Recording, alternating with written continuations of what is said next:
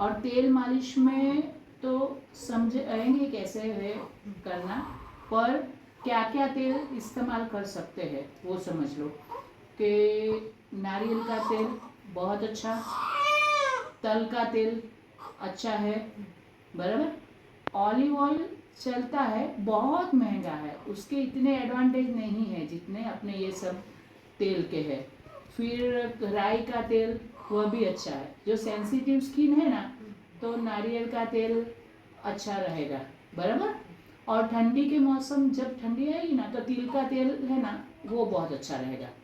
और जैसे मैंने समझाया, छोटा बॉटल लेना है और थोड़ा थोड़ा ही वो कटोरी में निकालना है वह तेल, ज़्यादा मत निकालना। जो एक्स्ट्रा तेल है ना, हाथ डाला है तो एक्स्ट्रा तेल फिर से बॉटल में मत डालना, फेंक देना। इतने सारे बाल लेके कहाँ जाएगी इनको बाल देखिए इनके बालों में भी आप जो शरीर पे मालिश करते हैं ना, वो नारियल तेल यहाँ भी मालिश कर सकते हैं, पर इतना नहीं करने का आंखों में आ जाए, बराबर। इतना ध्यान रखना। જ્યારે પણ તેલ માલિશ કરો તો માએ તેલ માલિશ કરવાનું, તો માં ને બચ્ચાનું બોન્ડિંગ વધે, પેલી બહારની ભાઈ હવે આવે તે નહીં ને હંમેશા તેલ માલિશ ક્યારે કરવાનું, તો નવડાવો પછી તેલ માલિશ કરવાનું। બચ્ચાને નવડાવવાથી ટાળવું પડે, એટલે ગરમાટો આપવા માટે તેલ માલિશ કરવાનું છે ને પછી તડકામાં બેસાડવાનું છે। જ્યારે અમુક લોકો શું કરે, નવડાવવાના પહેલા માલિશ કરે।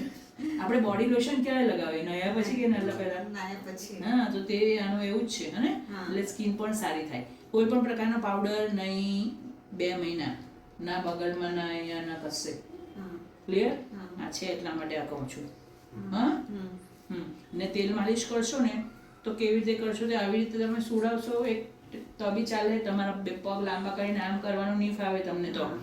જો આ તો સીધી સાદી, પહેલા આપણે પગથી શરૂઆત કરીએ તો હંમેશા આપણે હૃદય અહીંયા આવેલું છે, બરાબર, છાતીમાં। આપણા દરેક સ્ટ્રોક હૃદય તરફ જવા જોઈએ। તો હાથમાં તેલ લેવાનું, બરાબર, આમ, બરાબર, પછી એને આમ કરીને આમ ફોર્મ હોવું જોઈએ, પણ એટલું જોરમાં નહીં કે પોયરું રડે।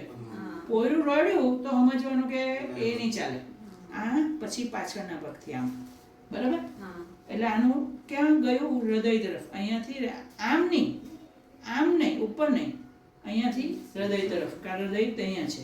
બંને પગનું એ રીતે કર્યું, બંને હાથનું પણ એવી રીતે જ આ કર્યું, હૃદય તરફ એનો હાથ આવવો જોઈએ આમ, બરાબર, વ્યવસ્થિત, હને? આવી રીતે માલિશ કઈ ડિફિકલ્ટ નથી ને કઈ કસરત કરાવવી જોઈએ એવું જરા બી જરૂર નથી। હે, નવડાવાળી કસરત આમ પણ આવી રીતે જ પેટ માટે હંમેશા આમ કરી દેવાનું, અને એ પણ હૃદય તરફ જાય ત્યાં।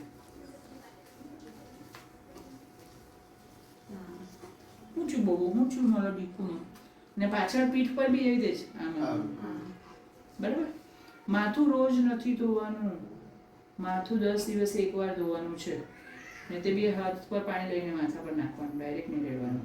ને બચ્ચોને નવડાવો ને ત્યારે એ વસ્તુ ધ્યાન આપજો કે માથાનો બહુ ઊંચો હોય, ને પછી નવડાવવાનું, જેથી મોઢામાં પાણીની છાલક ને કંઈ નહીં જાય, નહીં તો શ્વાસ બંધ થઈ જાય।